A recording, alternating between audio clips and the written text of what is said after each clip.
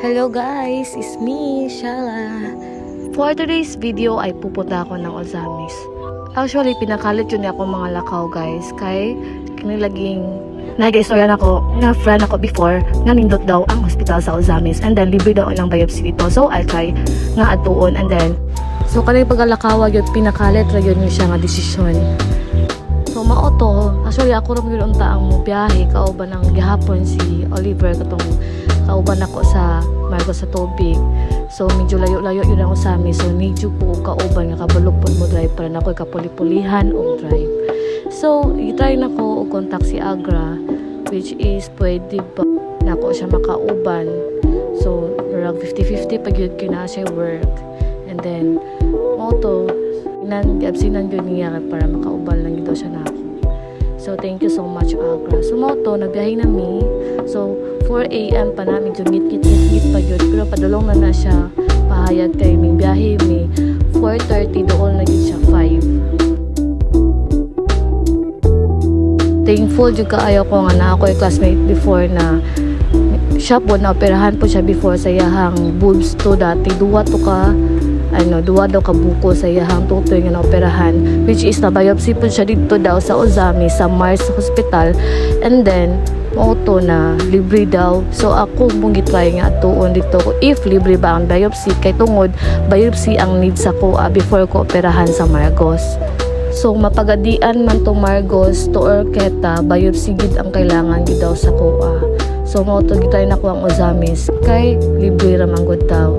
So mo to guys nang hunong mi kadali dire kay suot ni Nigra ang iyahang helmet kay naanay checkpoint dapit. So delikades gyud pag dili siya mag-helmet kay dakpon jud mi.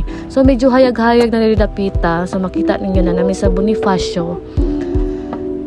Hayag na yan dapita mga siguro mga ano na yan, mga 6 AM. Fast forward tayo. So mao to naabot namin sa may Ozamis. So na namin sa Ozamis so hindi na makita or mangitaon ang Mars Hospital. So wala man jud ka swituan ning Ozamis. So nagamit na namin og Google Map. So I'm very thankful to this Google Map kay magamit jud siya no. Yan. Magamit jud siya ninyo og ahamo mong lakaw. Itudlo jud ka sa saktong dalan. So mao to guys, naabot namin diri sa may Mars Hospital. Ayan, Mars Medical Center. So diri daw nga hospital ang nindot daw sa isa sa Ozamis. So nindot po nila same as sa Pagadian kay Asenso Ozamis sa tuwa kay Asenso Pagadian. Pasulod na mo sa hospital, ayan, nakakuha na ko number ikatan ko and nagitawag na ko ng doctor para i-check akong BP and nagipangutana ko kung sige batik na ako and then ang hanapin ka sa inyo na bukol. So wala na sa part sa akong liko guys ang bukol.